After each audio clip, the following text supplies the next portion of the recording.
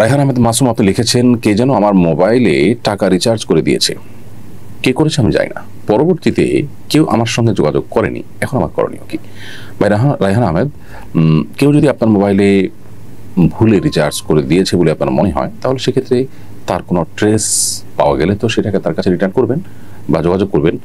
আর যদি তার কোনো ট্রেস পাওয়া না যায়, তাহলে সেক্ষেত্রে আপনি এই টাকাটা সওয়াবের উদ্দেশ্য ছাড়া, অর্থাৎ যিনি পাঠিয়েছেন তার পক্ষ থেকে দানের উদ্দেশ্যে আপনি কোনো গরিব দুঃখীকে দান করে দিবেন, সাদাকা করে দিবেন। ইনশাআল্লাহ বিদিনিল্লাহ ওই পরিমাণ টাকা সাদাকা করে দিলে আপনি দায়মুক্ত হয়ে যাবেন।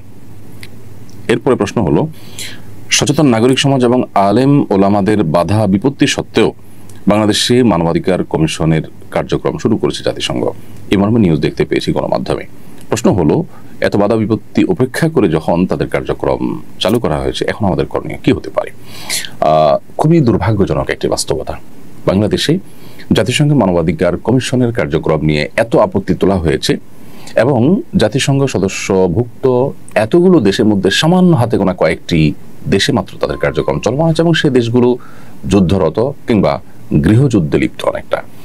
তো সেরকম একটা পরিস্থিতিতে যখন এই কমিশন কার্যক্রম চালু করে কোনো দেশে, সেরকম একটা কমিশন বাংলাদেশে এসে তাদের কার্যক্রম পরিচালনা করবে, এটা আমাদের জন্য খুবই অপমানজনক এবং দুর্ভাগ্যজনক।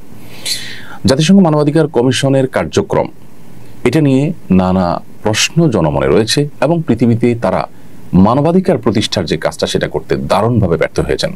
ফিলিস্তিন সহ মধ্যপ্রাচ্যে এবং পৃথিবীর বিভিন্ন প্রান্তে ছড়িয়ে ছিটিয়ে থাকা গণহত্যা, মুসলমানদের নিধন, অন্যদেরকে নিধন, এর কোনোটি তারা সেভাবে বন্ধ করতে পারেনি। অথচ মানবাধিকারের নামে তারা সমাজের মূল্যবোধ পরিপন্থী যে সমস্ত কার্যক্রম আছে সেগুলোকে তারা দ্বিধার্থে পরিচালনা করছে বিভিন্ন দেশে।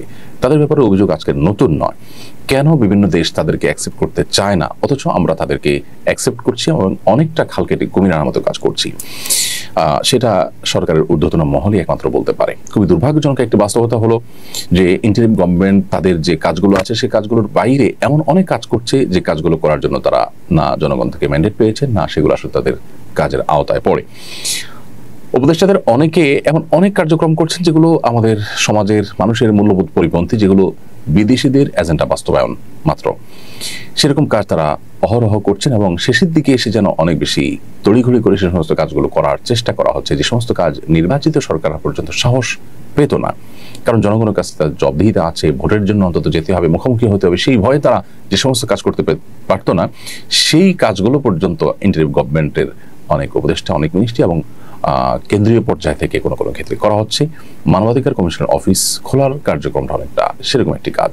আমি বিনয়ের সাথে আহ্বান করতে চাই যে এটার বিরুদ্ধে আমাদের কথা বলা, আমাদের অবস্থান গ্রহণ করা, শান্তিপূর্ণভাবে প্রতিবাদ করা, এটা অব্যাহত রাখতে হবে। প্রয়োজনে ওলামা একরাম এবং বিদগ্ধ মানুষদের নেতৃত্বে বিচক্ষণতার সাথে এই কার্যক্রম বন্ধের জন্য নানাবিধ কর্মসূচি আমাদের পালন করতে হবে এবং সেখানে আমাদের সর্বত্র সহযোগিতা করতে হবে যে কোনো মূল্যে। আমাদের দেশে বিদেশিদের যে থাবা, তাদের যে আগ্রাসন, মানবাধিকার প্রতিষ্ঠান নামে নানা নামে তাদের যে খবরদারি এবং আমাদের এখানে নানাবিধ তাদের আপনার যে সমস্ত মিশনগুলো আছে, এজেন্ডাগুলো আছে, সেগুলো যেন তারা বাস্তবায়ন করতে না পারে, সেজন্য আমাদের প্রত্যেককে সচেতন হওয়া দরকার। দীর্ঘদিন হয়ে যাওয়ার পরও, স্বাধীনতার বহু বছর পার হওয়ার পরও আমরা আমাদের কাঙ্ক্ষিত জায়গায় যেতে পারিনি। এর অন্যতম একটি কারণ, বহু কারণের মধ্যে থেকে একটি কারণ, যে আমাদের যখন যারা ক্ষমতায় এসেছে তাদের একটা অংশ কখনো কখনো তারা বিদেশিদের এজেন্ডা বাস্তবায়নে ব্যস্ত হয়ে গেছে এবং প্রশাসনে এমন অনেক ব্যক্তিবর্গ আছে যাদেরকে খুব সহজে বিদেশিরা কিনে ফেলতে পারে এবং তাদের এজেন্ডাগুলো তাদের দিয়ে বাস্তবায়ন করাতে পারে। খুবই দুর্ভাগ্যজনক বাস্তবতা এটি। আমাদের জাতিসংঘের মানবাধিকার কমিশন অফিস এখানে ওপেন করা এবং তাদের কার্যক্রম শুরু করার বিষয়টা অনেকটা সেরকম। আল্লাহ রাব্বুল আলামিন আমাদেরকে শকুনের থাবা থেকে হেফাজত করুন, আমাদের প্রিয় মাতৃভূমিকে সকল প্রকার ষড়যন্ত্র থেকে রক্ষা করুন এবং আমাদের ঈমান, আমল, মূল্যবোধ এগুলোকে আল্লাহ তাআলা হেফাজত করুন। আমাদের স্বাধীনতা, সার্বভৌমত্ব যাতে কোনোভাবে নষ্ট না হয়, এ দেশটাকে যাতে কোনোভাবে বিভক্ত করার চক্রান্ত কেউ করতে না পারে, চট্টগ্রাম সহ যে সমস্ত অঞ্চলগুলো নিয়ে শঙ্কা আছে সেগুলো নিয়ে কেউ কোনো রকম ষড়যন্ত্র যেন করতে না পারে, আল্লাহ তাআলা আমাদেরকে সেরকম ধীশক্তি, সেরকম বিচক্ষণতা এবং সেরকম সার্বিক শক্তি সামর্থ্য দান করুন।